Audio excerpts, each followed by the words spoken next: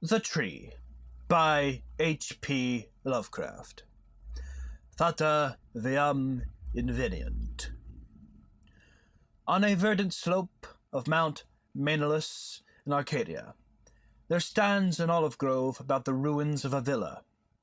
Close by is a tomb, once beautiful with the sublimest sculptures, but now fallen into as great decay as the house. At one end of that tomb, its curious roots displacing the time-stained blocks of Pentelic marble, grows an unnaturally large olive tree of oddly repellent shape, so like to some grotesque man or death-distorted body of a man, that the country folk fear to pass it at night when the moon shines faintly through the crooked boughs. Mount Menelaus is a chosen haunt of dreaded Pan, whose queer companions are many, and simple swains believe that the tree must have some hideous kinship to these weird Panishi. But an old beekeeper who lives in the neighboring cottage told me a different story. Many years ago, when the hillside villa was new and resplendent, there dwelt within it the two sculptors Kalos and Musides. From Lydia to Neapolis, the beauty of their work was praised, and none dared say that one excelled the other in skill. The Hermes of Kalos stood in a marble shrine in Corinth, and the Palace of Musides surmounted a pillar in Athens near the Parthenon. All men paid homage to Kalos and Musides, and marveled that no shadow of artistic jealousy cooled the warmth of their brotherly friendship. But though Kalos and Musides dwelt in unbroken harmony, their natures were not alike. Whilst Musides revelled by night amidst the urban gaieties of Tegea, Kalos would remain at home, steal away from the sight of his slaves into the cool recesses of the olive grove. There he would meditate upon the visions that filled his mind, and there devise the forms of beauty, which later became immortal in breathing marble. Idle folk, indeed, said that Kalos conversed with the spirits of the grove, and that his statues were but images of the fauns and dryads he met there, for he patterned his work after no living model. So famous were Kalos and Musides, that none wondered when the tyrant of Syracuse sent to them deputies to speak of the costly statue of Tyche, which he had planned for the city. Of great size and cunning workmanship must the statue be, for it was to form a wonder of nations and a goal of travelers. Exalted beyond thought would be he whose work should gain acceptance, and for this honor Kalos and Musides were invited to compete. Their brotherly love was well known, and the crafty tyrant surmised that each, instead of concealing his work from the other, would offer aid and advice. This charity producing two images of unheard-of beauty, the lovelier of which would eclipse even the dreams of poets. With joy the sculptors hailed the tyrant's offer, so that in the days that followed their slaves heard the ceaseless blows of chisels. Not from each other did Kalos and Musides conceal their work, but the sight was for them alone. Saving theirs, no eyes beheld the two divine figures released by skillful blows from the rough blocks that had imprisoned them since the world began. At night, as of yore, Musides sought the banquet halls of Tegea, while Kalos wandered alone in the olive grove. But as time passed, men observed a want of gaiety in the once sparkling Musides. It was strange, they said amongst themselves, that depression should thus seize one with so great a chance to win art's loftiest reward. Many months passed, yet in the sour face of Musides came nothing of the sharp expectancy which the situation should arouse. Then one day Musides spoke of the illness of Kalos, after which none marveled again at his sadness, since the sculptor's attachment was known to be deep and sacred.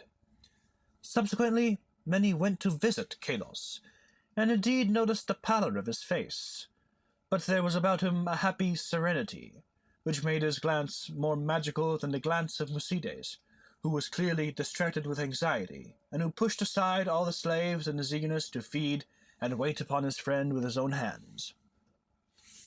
Hidden behind heavy curtains stood the two unfinished figures of Taiche, little touched of late by the sick man and his faithful attendant.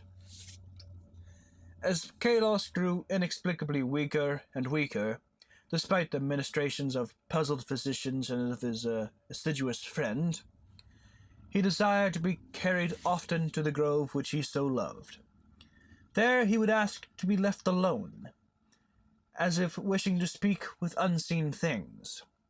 Musides ever granted his requests, though his eyes filled with visible tears at the thought that Kalos should care more for the fauns and the dryads than for him. At last the end drew near, and Kalos discoursed of things beyond this life. Musides, weeping, promised him a sepulchre more lovely than the tomb of Mausolus, but Kalos bade him speak no more of marble glories. Only one wish now haunted the mind of the dying man. The twigs from certain olive trees in the grove be buried by his resting place, close to his head. And one night, sitting alone in the darkness of the olive grove, Kalos died. Beautiful beyond words was the marble sepulchre which stricken Musides carved for his beloved friend. None but Kalos himself could have fashioned such bas-reliefs, wherein were displayed all the splendors of Elysium. Nor did Musides fail to bury close to Kalos's head the olive twigs from the grove. As the first violence of Musides' grief gave place to resignation, he labored with diligence upon his figure of Taiche. All honor was now his, since the tyrant of Syracuse would have the work of none save him or Kalos. His task proved a vent for his emotion, and he toiled more steadily each day, shunning the gaieties he once had relished. Meanwhile, his evenings were spent beside the tomb of his friend, where a young olive tree had sprung up near the sleeper's head. So swift was the growth of this tree, and so strange was its form, that all who beheld it exclaimed in surprise, and Musides seemed at once fascinated and repelled. 3 years after the death of Kalos, Musides dispatched a messenger to the tyrant, and it was whispered in the agora at Tegea that the mighty statue was finished. By this time, the tree by the tomb had attained amazing proportions, exceeding all other trees of its kind, and sending out a singularly heavy branch above the apartment in which Musides labored. As many visitors came to view the prodigious tree as to admire the art of the sculptor, so that Musides was seldom alone. But he did not mind his multitude of guests. Indeed, he seemed to dread being alone now that his absorbing work was done. The bleak mountain wind, sighing through the olive grove and the tomb tree, had an uncanny way of forming vaguely articulate sounds. The sky was dark on the evening that the tyrant's emissaries came to Tegea. It was definitely known that they had come to bear away the great image of Taiche, and bring eternal honor to Musides, so their reception by the proxenoi was of great warmth. As the night wore on, a violent storm of wind broke over the crest of Menalus, and the men from far Syracuse were glad that they rested snugly in the town.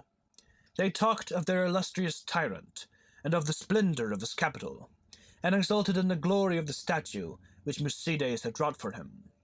And then the men of Tegea spoke of the goodness of Musides, and of his heavy grief for his friend, and how not even the coming laurels of art could console him in the absence of Kalos, who might have worn those laurels instead. Of the tree which grew by the tomb near the head of Kalos, they also spoke. The wind shrieked more horribly, and both the Syracusans and the Arcadians prayed to Aiolos. In the sunshine of the morning, the proxenoi, led the tyrant's messengers up the slope to the abode of the sculptor. But the night wind had done strange things. Slaves' cries ascended from a scene of desolation, and no more amidst the olive grove rose the gleaming colonnades of that vast hall wherein Musides had dreamed and toiled. Lone and shaken mourned the humble courts and the lower walls, for upon the sumptuous greater peristyle had fallen squarely the heavy overhanging bough of the strange new tree, reducing the stately poem in marble with odd completeness to a mound of unsightly ruins.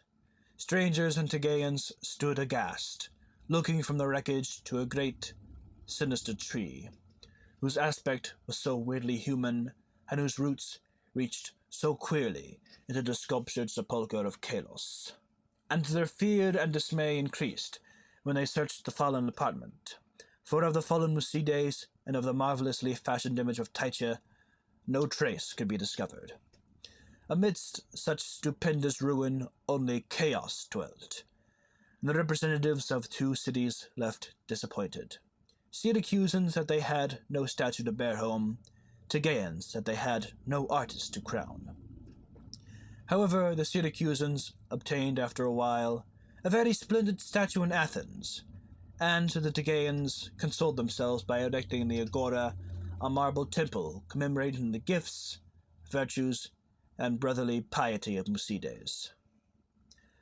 But the olive tree still stands.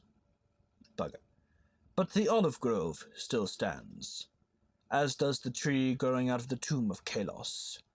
And the old beekeeper told me that sometimes the boughs whisper to one another in the night wind, saying over and over again, "Oida! Oida! I know!